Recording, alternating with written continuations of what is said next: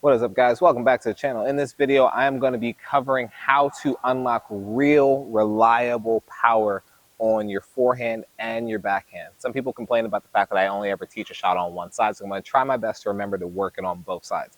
The stuff that I teach in this video is easy to apply. All you need to do is take about 10-15 minutes to practice this regularly, and I promise you by the end of it, you will be hitting way bigger, way cleaner, way more reliably. So let's get into today's video.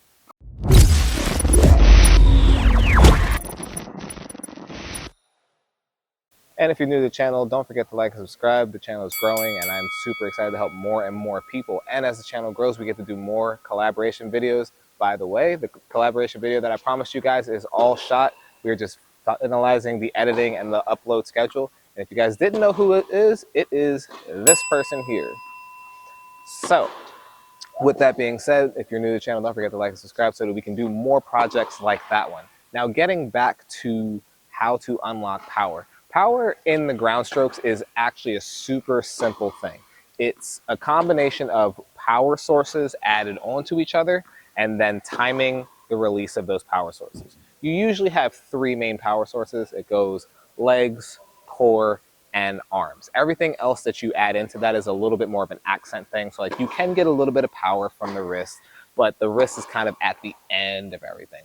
Once you've gotten the power from the three areas, you have to time the release properly in order to not lose it. So for example, if I was to swing from my legs and bring my legs all the way up through the shot, rotate my body, do all these things correctly, and then fully finish that, and then move my arms, I used my legs and my core, but the only thing that really matters is my arm.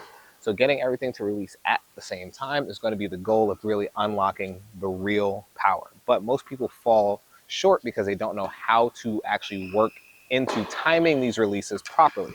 So that's what we're going to be covering today. So this exercise that I'm going to do is going to seem very, very remedial. But if you do it correctly, it will make a lot of difference in your ability to reliably put power into your shot. Now what we're going to do, as I said, is we're going to break our power sources into three different stages: legs, core, and arms. And what you're going to do is you're either going to rally with somebody, which can be a little challenging sometimes, or you'll have a ball machine or somebody feeding the ball to you. But what you're going to do is you're going to put your shots on a scale of 1 to 10, trying to get your output to incrementally get higher. So you hit the ball at a level 1 and you hit the ball at a level 2. Now here is where we talk about power and making it better and reliable. Your first round, you're going to try to get as much power as you can by your arm alone. And you're going to hit 10 shots and you're just going to try and go, how much can I get out of my arm while incrementally going up? The second round, we're going to go arm and core, which means that I'm going to have more body rotation but no load from the leg. And then round 3 is going to be when I put everything together. But this exercise has done a lot for me in terms of being able to reliably go bigger on shots because I feel the connection from the ground through my legs, through my core, and into the racket because of doing little things where I just work the timing, and no shot really feels drastically more uncomfortable than the other because I've worked the increments of it. And I'm like, well, sometimes when I'm around level 6, my timing goes off. So I'll just play 5 and then work my way up to 6 again, and then I'll feel good, and then I'll be able to go 6, 7, 8, 9, 10. But if you're the type of person that's always bouncing around and you're usually hitting slow and then you try to go big, it's difficult to go from level 2 to level 9 because it's going to feel like such a drastic output change, and your body's going to feel a need to generate more randomly, and it's going to be tough to do. So this little exercise will make a big difference in terms of just being able to consistently get the ball out. But as I said, that's level 1, just using only my arm. 2, obviously I have to turn a little bit. 3, but as you can see, my arm's going without the rest of me. That would be 4. And the goal is by the time I get to 10, my shot should look something like this, but not really coming from anywhere other than my arm. And that's a lot of output, as you can see. But what happens when I try to do that all the time? My shoulders, my body would burn out. But when you start incorporating the other muscle groups, now I'll just use my core and my arm. Got to measure that better. Turning and swinging. There's still no legs in there, but now that power output becomes a lot more reliably easy to execute because my timing is easier to maintain, my spacing is easier to maintain, and my arm's not going to burn out. Now, if I was doing this drill live, I would just go 1, 2, 3, 4, 5, 6, 7, 8, 9, 10. And at the end of it, I would just start over and add in another muscle group. But because I want to shorten the video, I want to make sure you guys understand. First round, just the arm. Second round, arm and core. Third round, legs, arm, and core. You don't want to go the opposite way because obviously you need your arm to hit the ball. But if I was to do the last round, which I'm going to do kind of like an abridged version or a short version of this one, what I'm going to do now is I'm going to go through the level 1 through 10, but with my whole body involved. So assuming I had practiced my arms by themselves and I had practiced my core and my arms by myself, this is what it would look like if I was doing the legs and the arms. That's way too much. So 1 would be there. That's 1. That's 2, but everything's working together. That's 3. And I'm picking up my speed little by little. That's 4. That's 5. So I'm like halfway to my top speed. 6. I go a little faster. 7. Legs loaded, bring it through. 8. Rotate through. 9. And then lastly, full speed at the top. 10. But none of those shots were more difficult to execute than the other one because it was only a small jump from the last shot I hit. It's like when you go to the gym and you lift weights. Obviously, there's a certain limit to how heavy you can lift, but no weight feels drastically difficult if you pick up the weight just before it. So increasing by like 2.5 pounds versus going from 10 to 50 pounds is essentially what we're doing here the same way.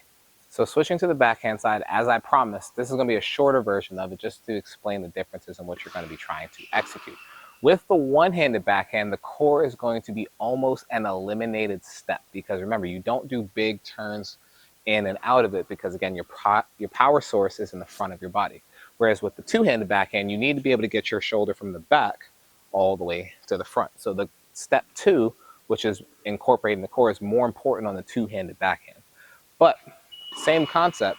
If I was hitting a two-handed backhand, I'd go arms by themselves, just make sure I'm in the right position, bring my arms out. I could finish a shot if I want, but I'm trying to get all the way up to the scale. And then when I add in my core, I rotate my body more.